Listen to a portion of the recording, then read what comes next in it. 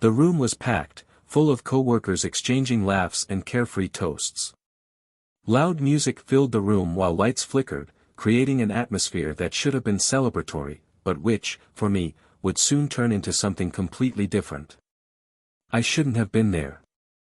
I hadn't confirmed my presence at the party, let alone told them that I would be making a surprise appearance. However, something inside me, an inexplicable impulse, a shadow of doubt that refused to be silenced, made me walk through the door. My eyes scanned the room automatically, as if searching for something my brain wasn't yet ready to accept.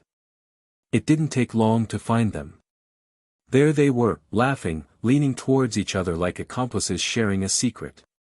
The sparkle in her eyes, which had long since faded at home, was there, so evident that it was impossible to ignore. He touched her arm casually, but that touch seemed to carry something far beyond friendship. My chest tightened. My heart was pounding so hard that I could barely hear the music. The crowd around them seemed to disappear, as if the world had frozen at that moment.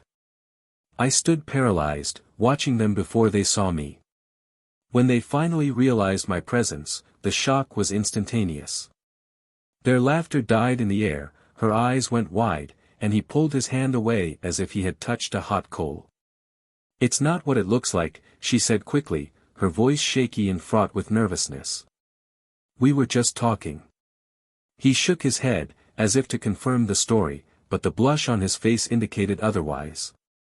Just talking. Those words echoed in my mind like thunder. An excuse as pathetic as it was predictable. Because I already knew. I knew everything before I even set foot in that party. I'd known for weeks, months perhaps. I knew it from the timetables that didn't match up, from the excuses that sounded rehearsed, from the moments when she smiled into the phone, but not at me. I knew because the clues were all there, but the hardest part wasn't seeing them, it was accepting that they formed a picture that I never wanted to see. I didn't shout, I didn't make a scene, I didn't confront them in front of everyone. My mind was one step ahead, calculating, adjusting the plan I'd already been drawing up in secret. While she babbled apologies and he tried to avoid my gaze, all I could do was let out a bitter laugh, more to myself than to them. There was nothing more to say there. I left the party without looking back, leaving them with the weight of the silence that carried all the truth that was yet to come. On the way home, the emptiness that had taken hold of me gave way to something colder, more controlled.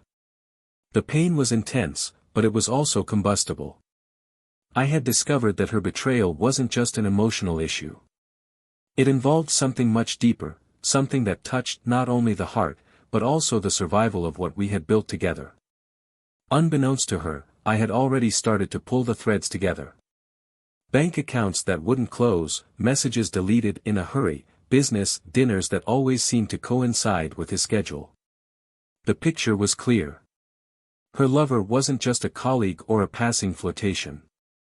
He had ambitions, and she was unknowingly being used as a piece in a bigger game. But I wasn't so easy to fool. The weeks I spent feigning ignorance were dedicated to protecting myself, to preparing for the right moment. They thought they were in control, that the truth was buried under a web of well-stitched lies, but I already had all the answers. What they didn't know was that the tables were about to turn, and that I was more than ready to pull the strings that would bring the whole house of cards crashing down. The company party was just the spark that was missing. Every detail of that night was etched in my mind, not to feed the hurt, but to reinforce the determination to move on. They believed that the betrayal would stay within four walls, that I would be the complacent and blind husband. They were wrong. That night, as she walked into the house with her rehearsed excuse on her lips, I looked at her like never before. She tried to explain herself, but the words sounded empty. "I love you," she said, her voice low, almost inaudible. It was a mistake. I didn't reply. There was no need to. The reality was that she had made her choice and I had made mine.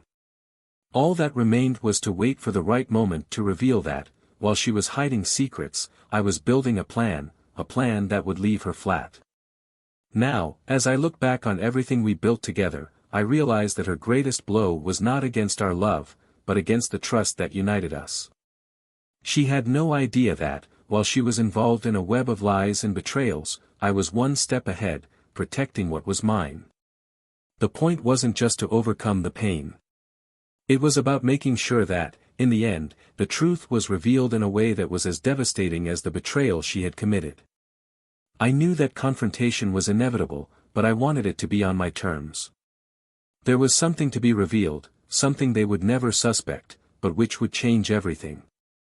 The truth has immense power, and I was about to use it in a way that no one could have predicted. And now, the stage was set. She and her lover had played with fire, and I was about to show them the price of their choices. What they didn't know, what no one knew, was that the secret I was keeping was the missing piece that would turn their lives into irreversible chaos. And, in the end, the question still loomed: when the moment of revelation arrived, would they be ready to deal with the consequences? Or would it be too late to save anything of what we once called life together? Welcome to the channel. Here, we neither support nor tolerate any form of betrayal. The stories you'll hear are fictional, created to show how betrayal can devastate lives and relationships. Our aim is to bring you powerful reflections on choices and consequences. Get ready to dive into an intense and surprising narrative. Now settle in and get ready for a shocking story that will hold your attention until the very last moment. Nicholas and Emily's house was a representation of a seemingly perfect home. Composed of large windows that let the sun invade the rooms in the morning and a decor that balanced simplicity and sophistication, it seemed like a haven of serenity amidst the chaos of the city. They had been together for more than 8 years and had built a life that, in the eyes of those who knew them, was solid and admirable.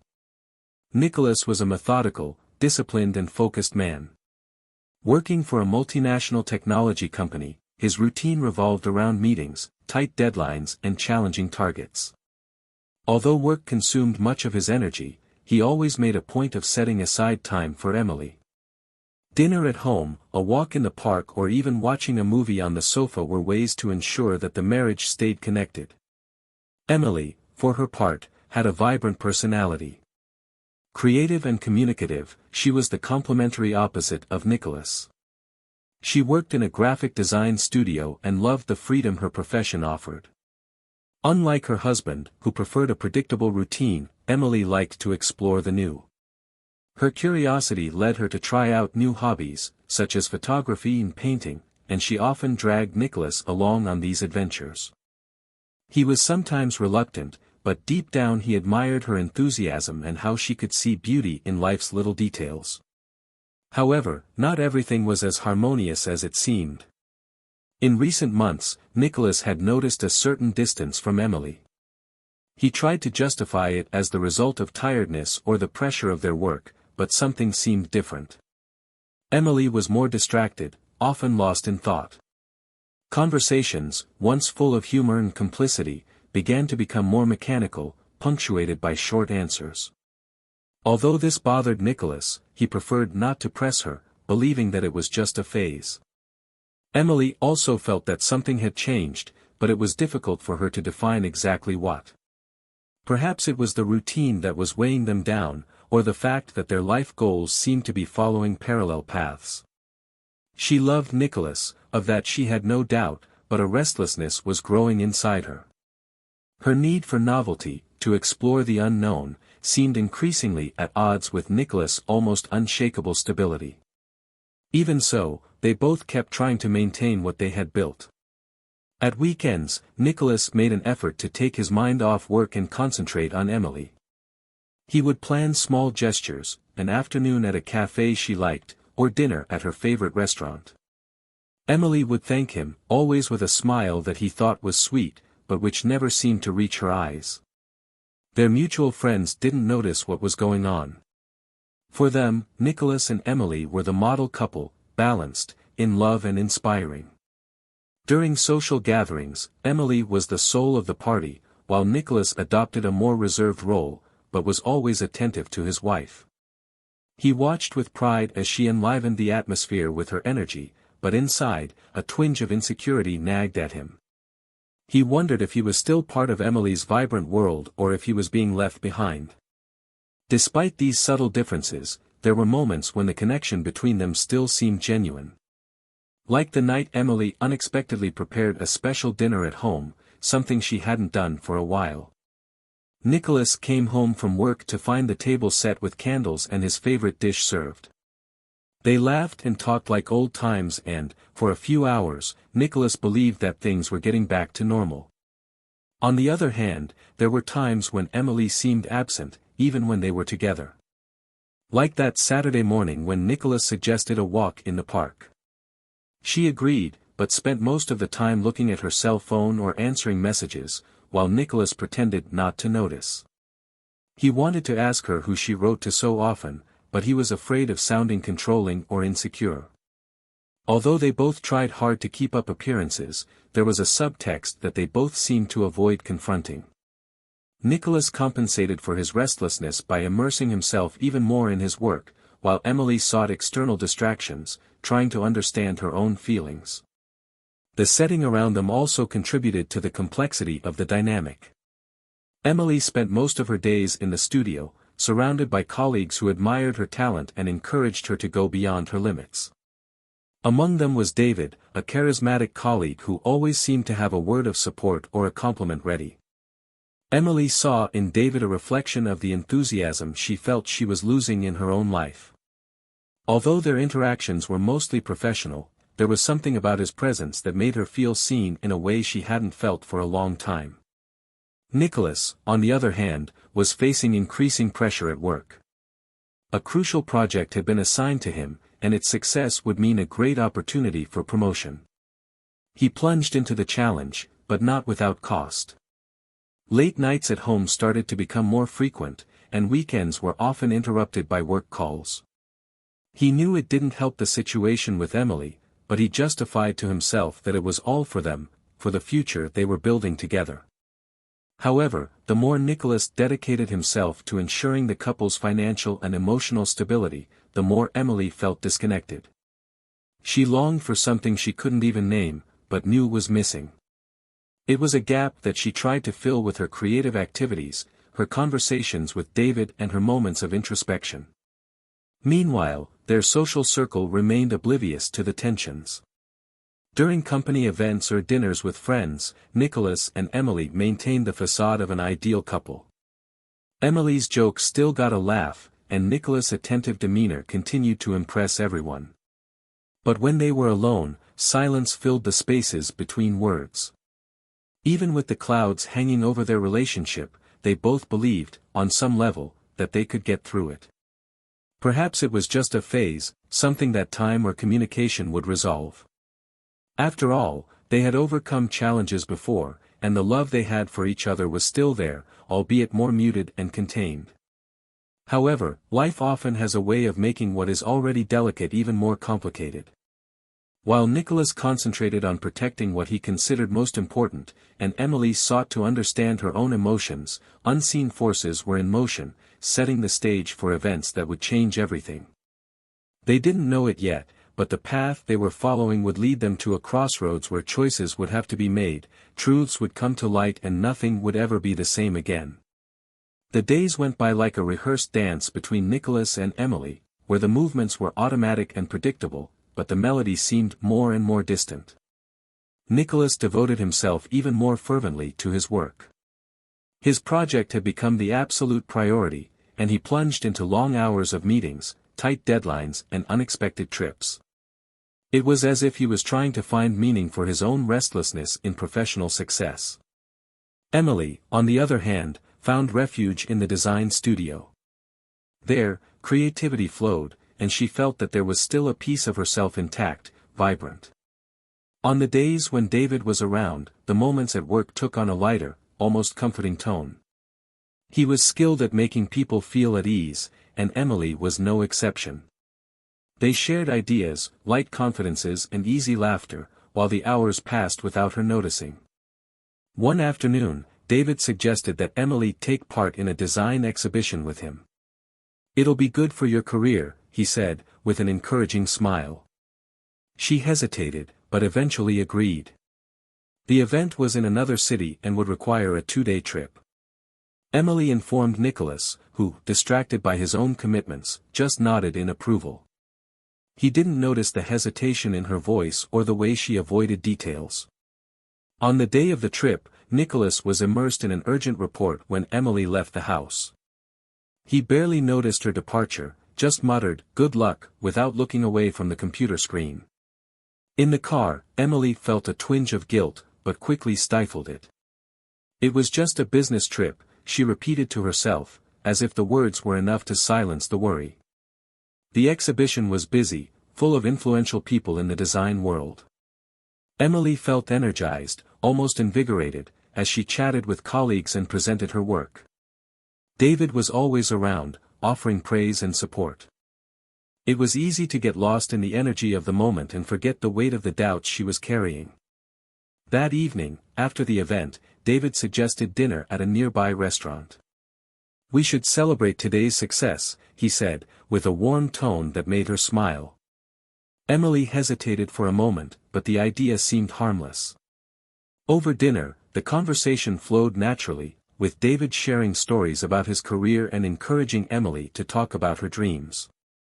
She felt understood in a way she hadn't for a long time, and for a moment, she forgot everything she had left behind. Later, David accompanied her to the hotel.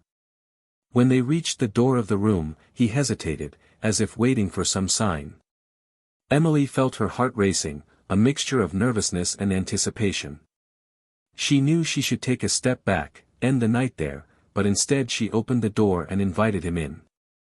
The silence that followed was loaded with meanings that they both understood without exchanging a word. That night, the lines she had sworn not to cross were blurred. Emily woke up early, while David was still asleep, and stared at the ceiling, feeling a wave of contradictory emotions.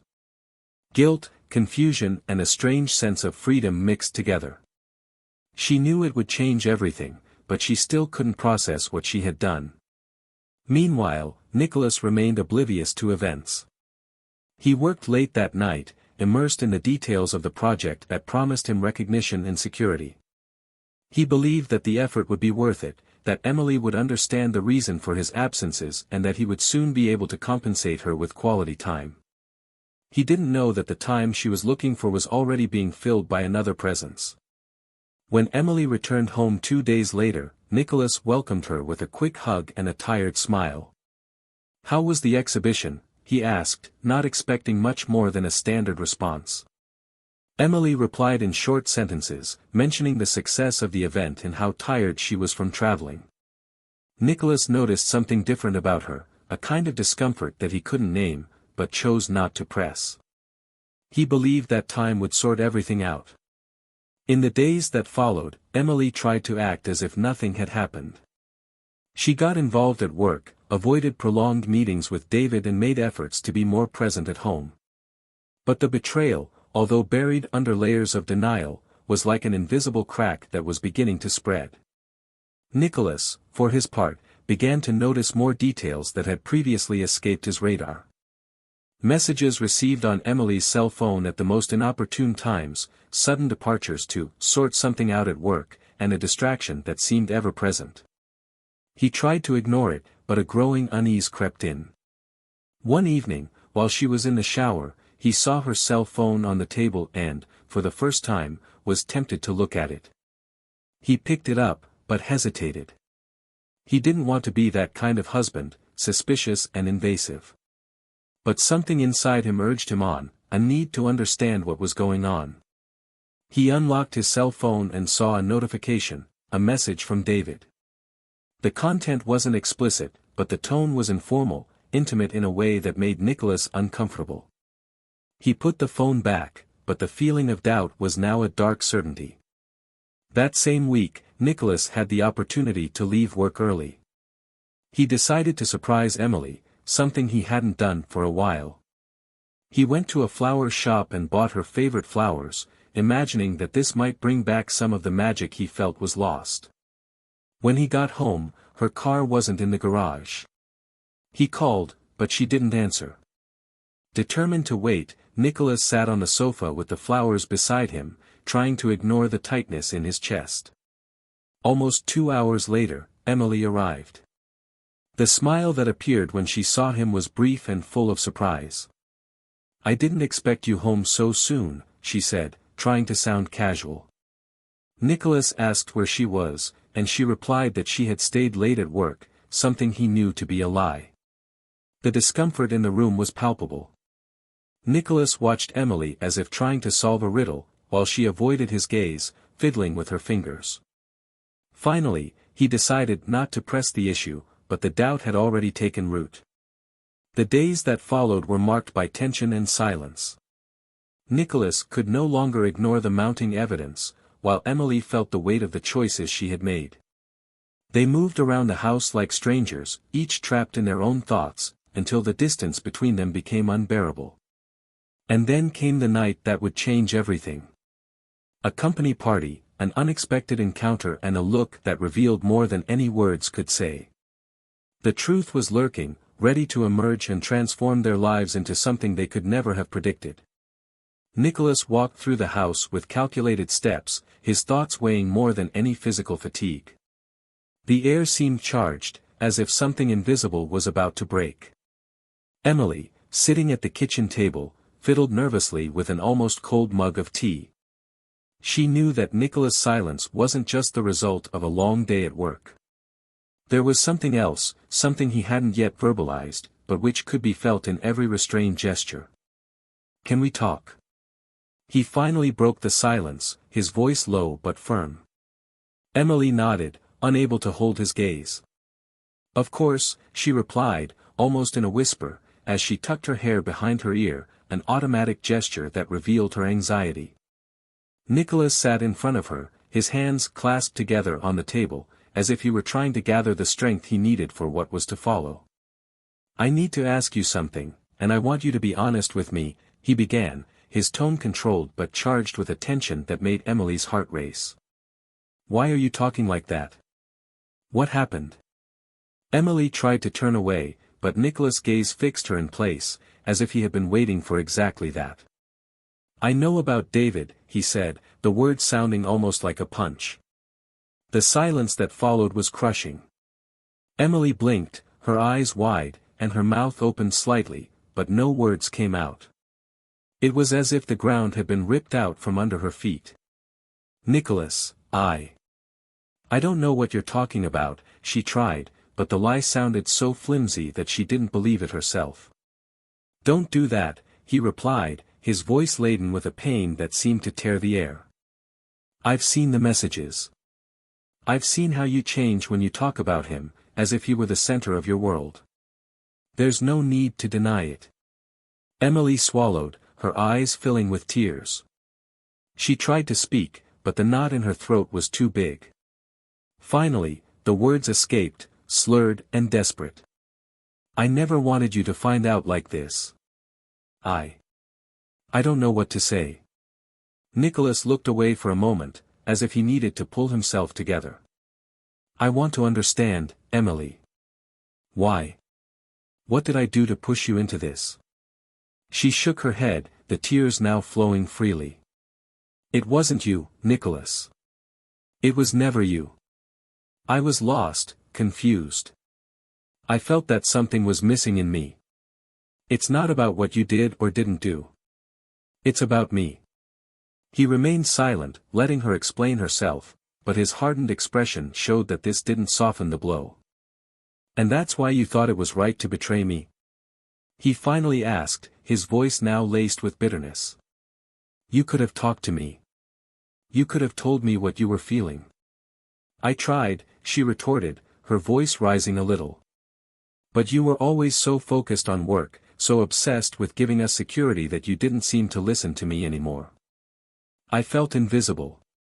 Nicholas closed his eyes for a moment, as if trying to absorb everything. When he opened them, something in his expression had changed. It was no longer just pain, it was determination. "I understand that you felt that way.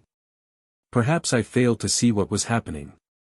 But that doesn't justify what you did." Emily lowered her head, unable to face him. The weight of his words was unbearable. I know, she said, almost inaudibly. I know what I did was wrong. Nicholas stood, taking a deep breath as if trying to stabilize himself. There's something you need to know, he said, his voice now more controlled, but still charged with emotion. While you were cheating on me, I was also doing something. Not to hurt you, but to protect what's mine. Emily looked up, confused. What do you mean? Do you think I didn't notice the changes? That I didn't notice your distance, your apologies? I may have been slow to accept it, but I've never been blind. And when I started to put the pieces together, I realized that I needed to prepare. Prepare for what? She asked, panic beginning to creep into her voice. For the inevitable. For the moment when it would all come out. So I did what I needed to do. I protected what we had built together, or at least what I thought we had. I gathered evidence, Emily. Messages, photos, everything you tried to hide. Emily felt the air disappear from her lungs. You. Are you saying you spied on me? I'm saying I protected myself, he corrected. And there's more. Something you don't know, but which will change everything. She stared at him, her hands trembling on the table. Nicholas, what have you done? He didn't answer immediately, just watched her with an intensity that made her shudder. You'll find out soon enough, he said, with frightening calm. And I hope you're prepared to deal with the consequences. Silence filled the room again, but this time it wasn't just uncomfortable. It was a kind of prelude, a warning that something monumental was about to happen. Emily felt the weight of it like an impending storm, and although she desperately wanted to know what Nicholas was holding back, a part of her feared the answer. Nicholas remained still, his rigid figure contrasting with Emily's obvious vulnerability. The silence between them seemed alive, pulsing with the weight of everything that had been said and what was yet to come. She watched him, searching for some hint of what he intended to reveal, but Nicholas' face was an impassive mask. For the first time, she realized how much she had underestimated him. He took a deep breath and took a few steps across the room before finally turning to face her again. You know, Emily, he began, his voice low, almost a whisper, I spent a long time believing that our life was impervious to anything. I thought our years together meant more than that. But then you started to change, and I realized that something was wrong. And the worst part was that I didn't know if it was something I could fix. Emily held her breath. Nicholas' every word was like a slow, deliberate blow, and she didn't know how to respond. Nicholas, I'm sorry, she tried, but he held up his hand, silencing her. I don't want your apologies now. They won't change anything, he said, his voice hardening slightly. But there is something you need to understand. I loved you. I still do, in a way, and that's exactly why it hurts so much. But what hurts me even more is knowing that, while I was trying to protect us, you were sabotaging everything. Emily felt the tears welling up again, but this time she didn't try to hide them. Please, just tell me what you did. I want to understand. Nicholas stared at her for a moment before finally sitting down again, this time leaning forward, as if he was about to confess something that was eating him up inside. You know I'm methodical. I always have been. So when I began to suspect that something was going on, I decided I couldn't just ignore it. I hired a private investigator, Emily. I've followed your every move over the last few weeks. Emily stood motionless, his words echoing in her mind. You followed me? Her voice was full of incredulity, almost offended, but Nicholas' expression didn't change. I didn't just follow, he continued, his voice now firmer. I documented everything. Every encounter with David. Every lie you told me about being at work. I have everything. Emily felt a mixture of shame and anger rising to the surface. Did you really do that?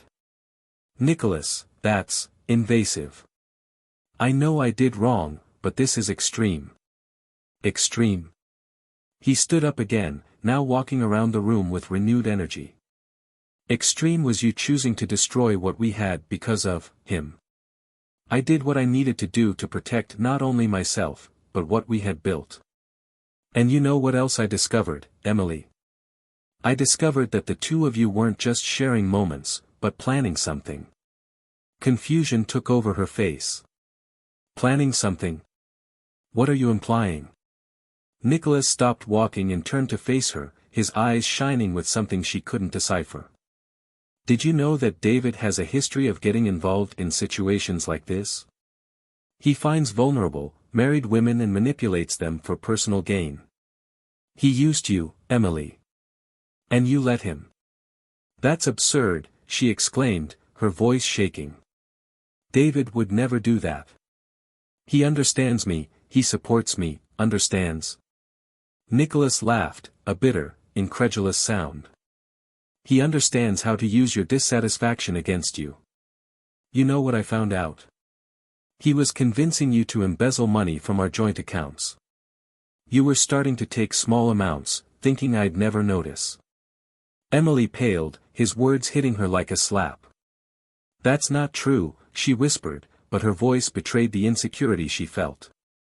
Isn't it? Nicholas crossed his arms, leaning forward slightly. I have the records.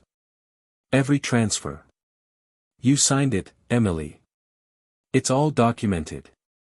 He wanted you to do it so he could get away with it when everything fell apart. But I saw it coming, and guess what? I've already recovered everything. The accounts are frozen, and he won't see a penny. Emily felt the world spin around her. The revelation left her speechless. She trusted David, or at least believed she could. I didn't know that. He said it was a loan, that he needed help. Of course he did, Nicholas interrupted, his voice now laced with sarcasm. And you believed him, because you wanted to believe that he was the answer to something that was missing in your life. But all he did was use you, Emily. And in the process, he almost destroyed everything we had. Emily brought her hands up to her face, trying to stifle the sobs that began to escape.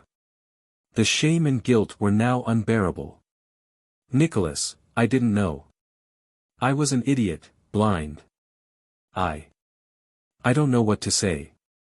He remained silent for a moment before sighing deeply. I don't know either, Emily. What I do know is that all of this, changes everything. And I don't know if we can go back to the way things were.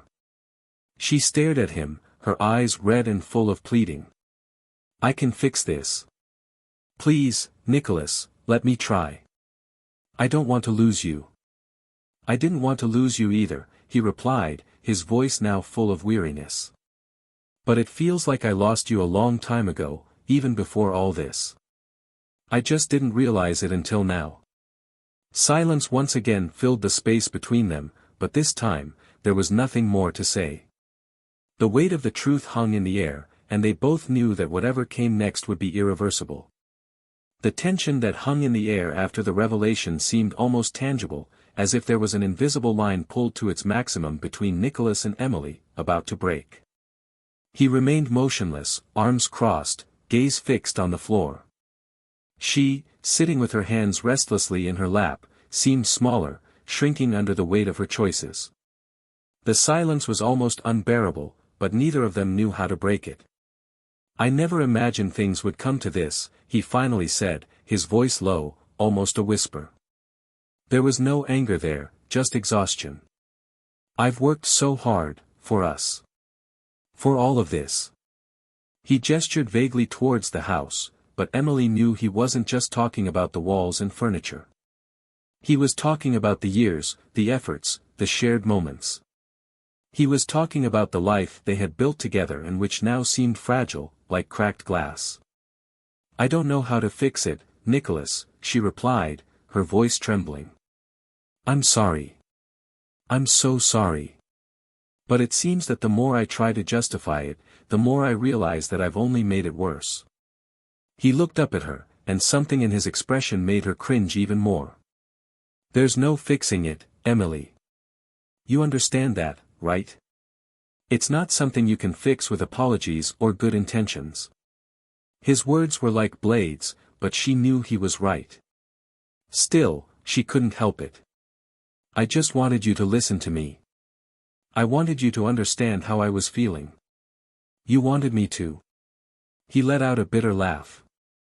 I realized, Emily. I just didn't know how to deal with it.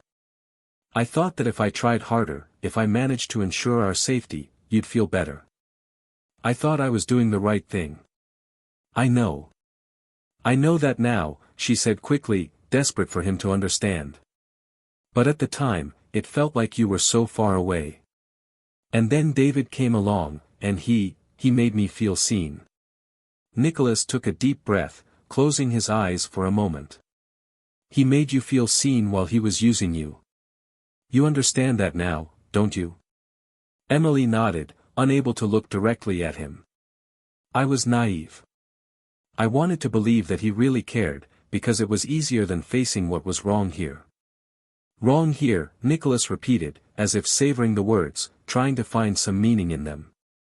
Maybe it's always been wrong, and we just didn't want to admit it. Emily looked up at him in surprise. Are you saying that you think our marriage never worked? That's not it, he said, shaking his head slowly. I think it worked, for a while. But at some point, something changed. Maybe we stopped prioritizing each other. Maybe we started living like housemates instead of partners. I don't know. All I know is that now, looking back, it feels like we were building something on an already cracked foundation. She wanted to argue, she wanted to say that he was wrong, that they still had something to fight for. But the words died in her throat. Because, deep down, she knew he was right. So, what do we do now? She finally asked, her voice almost inaudible. He was silent for a long moment before answering. I don't know, Emily. I really don't know. Part of me wants to just end it all, leave it behind and move on. But another part can't let go of everything so easily. Emily felt a spark of hope at his last words. If there's a part of you that still wants to try, then maybe we can find a way. Maybe we can. Don't start with maybe, he interrupted her, his voice harsher now. Because there are no guarantees here. And to be honest, I don't know if I can look at you the same way after all this. She felt the impact of his words like a physical blow. I understand, she said, her voice almost breaking. I understand that it's going to take time, but I'm willing to do whatever it takes. For us. He watched her for a long time, as if trying to decide whether she really believed what she was saying. The problem is that us doesn't mean the same thing to me now. Not after everything you've done. Not after everything I've found out. Emily swallowed, feeling the tears build up again. I still love you, Nicholas, she said, her voice full of emotion. And I know I don't have the right to ask for it, but I hope you can give me a chance to prove it. He shook his head slowly, as if her words weren't enough to break through the wall he had built around himself. Loving someone isn't enough, Emily. Not when the trust is gone. So you'll never forgive me? She asked, her voice desperate. I don't know, he answered honestly. And that's the hardest part. Because even if I want to forgive, I don't know if I can forget. His words echoed in the room, filling the empty space between them. It was a dilemma with no easy answer, and they both knew it. Emily bowed her head, tears now falling freely, while Nicholas stood still, a man torn between love and betrayal, trying to find a way through the wreckage of everything they had built together. Finally, he took a deep breath and walked away. I need time, he said, his voice calm but firm. Time to think, to process all this. And you should also use that time to think about what you really want. Emily wanted to hold him, to beg him to stay, but she knew it wouldn't do any good. Instead, she simply nodded, letting him walk out the door without saying another word. The silence that followed was deafening. And as she stood there, alone with her thoughts, a single question echoed in her mind: was it too late to mend what had been broken? The silence between Nicholas and Emily didn't just last for days, it stretched into weeks. During this time, Nicholas immersed himself in deep reflections on what remained of their relationship. He drifted apart emotionally, but at the same time was unable to make a definitive decision. Emily, on the other hand, experienced a period of growing anguish, not knowing whether her regret was enough to rebuild something or whether all was already lost. Nicholas, in his search for answers, decided to leave home for a few days, needing space to process everything. He rented a small cottage in an isolated location, far from distractions. It was there that he began to realize that his own quest for perfection and control had contributed to the distance between him and Emily. Not that it justified what she had done, but, for the first time, he recognized his share of responsibility for the failure of the marriage. What he couldn't accept, however, was the abuse of trust. Meanwhile, Emily was living in emotional limbo. She began attending therapy, determined to understand why she had allowed her dissatisfaction to take her so far. Each session was a mirror that reflected her weaknesses and wrong choices, but also encouraged her to face reality more clearly. Although she desperately wanted Nicholas back, she began to realize that her journey of redemption needed to be about more than just getting her husband back, it was about getting herself back. The distance between them created space for both of them to reflect, but it also brought an inevitable conclusion. When Nicholas finally returned home, the atmosphere was charged with tension, but also with a kind of silent acceptance. Emily welcomed him cautiously, like someone who knows that any word could be the last. He, in turn, seemed calmer, but also more distant. "We need to talk," he said, as he put his things on the table. Emily nodded and followed him into the living room. "I've done a lot of thinking while I've been away," Nicholas began, his voice neutral, almost cold. "And I've come to a conclusion. I can't go on living like this, with this constant doubt. I've tried to imagine a future where we can overcome this, but, the truth is that I can't trust you anymore. And without trust, there is no marriage." Emily felt the words like a knife through her chest. She knew it was a possibility, but hearing it out loud broke her down. "I understand," she said, her voice breaking. "And even though it hurts to hear it, I accept it. I just want you to know that I'm really sorry." Nicholas looked at her, his eyes reflecting a mixture of sadness and resignation. "I know you are. But that doesn't change what happened. And it doesn't change the fact that, every time I look at you, I see the choices you made and how they brought us here." The next few days were filled with practical decisions. Nicholas began organizing the divorce, while Emily started looking for a new place to live. The process was painful, but it also brought a kind of relief. They both knew that, even with all the love that had once existed, going their separate ways was the only way to start again. Meanwhile, David was facing his own consequences. Nicholas had sent all the evidence of his actions to the company's ethics department. The result was an internal investigation that exposed not only his involvement with Emily, but also other unethical practices. He was fired and, with his reputation destroyed, was unable to continue in the same industry. When Emily found out what Nicholas had done, she didn't feel anger, but a strange sense of justice. It was as if the universe was finally balancing things out. Time passed, and Nicholas began to find a new rhythm in life. One sunny afternoon, he went to a cafe he used to go to before he met Emily. Sitting at a table near the window, he was approached by a woman with curly brown hair and a warm smile. She asked permission to share a table, as the place was full. They started chatting, and Nicholas felt something he hadn't felt for a long time, lightness. Her name was Clara and, over time, their occasional chats in the cafe turned into dinners and walks. Clara wasn't someone looking to fill gaps, but someone who encouraged him to open up to new possibilities. Emily, on the other hand, found a kind of peace in her journey of self-knowledge. She moved into a small apartment and continued her therapy. She started giving talks about graphic design, something she had always wanted to do but never had the courage. More than that, she learned to be comfortable with solitude, something she had previously feared. Although she still missed Nicholas, she knew that the end of the marriage had been necessary for both of them to find their truths. In the end, Nicholas and Emily's path didn't bring them back to each other, but led them to places where they could both start again. And, in a strange way, there was beauty in that. The love they shared was not erased, but transformed into learning, a reminder of who they were and who they could be. What do you think of this story? Comment and share your thoughts. Don't forget to subscribe to the channel for more stories like this. Remember, betrayal is never the answer. It destroys more than hearts, it destroys lives. Thanks for listening and see you next time.